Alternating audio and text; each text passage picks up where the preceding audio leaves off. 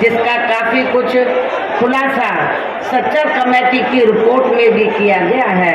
इतना ही नहीं बल्कि पिछले कुछ वर्षों से केंद्र व अधिकांश राज्यों में भी बीजेपी व आरएसएस की सरकारों के चलते हुए अब इनका विकास व उत्थान आदि होना भी काफ़ी हद तक बंद सही हो गया है।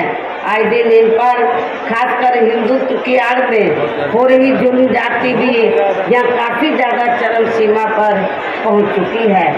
इनके साथ साथ अपर कास्ट समाज में से विशेषकर गरीब लोगों की भी हालत हमें कोई खास अच्छी नज़र नहीं आती है।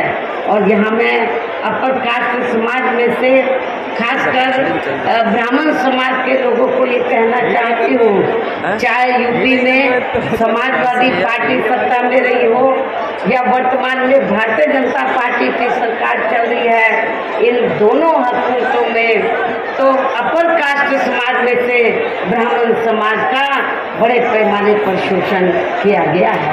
आपके कानपुर मंडल में तो इनके साथ काफ़ी जुल्म जाति की गई है। सपा सरकार में ऐसे अनेकों एग्जाम्पल आपको मिलेंगे जो आपके कन्नौज जिले के अंदर जो ब्राह्मण समाज के लोग थे उनके साथ बड़े पैमाने पर जुल्म जाति हुई।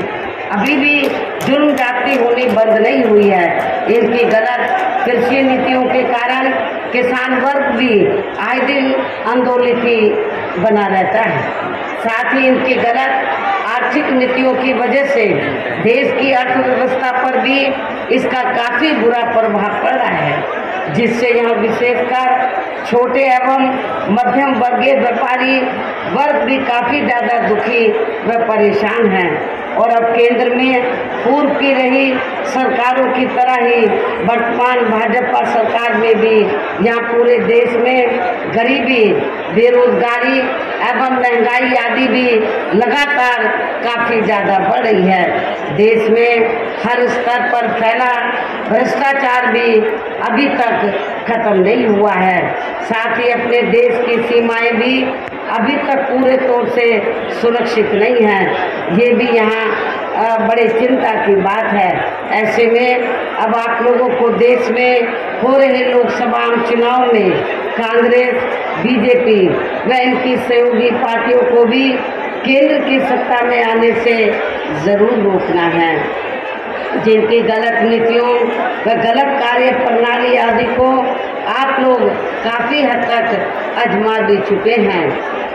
ऐसी स्थिति में अब ये विरोधी पार्टियां इस चुनाव में भी किस्म किस्म के साम, दाम, दंड भेद आदि अनेकों हथकंडे इस्तेमाल करके केंद्र की सत्ता में आने की भी पूरी कोशिश में लगे हैं, जिनसे अपनी पार्टी के लोगों को हर स्तर पर काफ़ी ज़्यादा सावधान रहना है। और इस मामले में विरोधी पार्टियां अपने अपने पक्ष में हवा बनाने के लिए खासकर मीडिया, ओपिनियन पोल व सर्वे आदि का जो बड़े पैमाने पर इस्तेमाल कर रही है, तो उससे भी अपनी पार्टी के लोगों को बिल्कुल भी गुमराह नहीं होना है। इसके साथ ही विरोधी पार्टियों के विभिन्न रूपों में जारी किए गए इनके हवाई व प्रलोभन भरे चुनावी घोषणा पत्रों एवं वायदों आदि के बहकावे में भी अपनी पार्टी के लोगों को कतई भी नहीं आना है, जिन्हें ये पार्टियां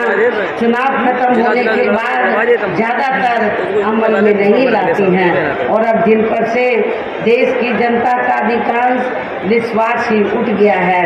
यही खास वजह है कि हमारी पार्टी किसी भी चुनाव में अपनी पार्टी का कोई भी चुनावी घोषणा पत्र आदि जारी नहीं करती है। वैसे भी हमारी पार्टी किसी भी मामले में कहने में बहुत कम बल्कि कार्य करके दिखाने में ही ज़्यादा विश्वास रखती है।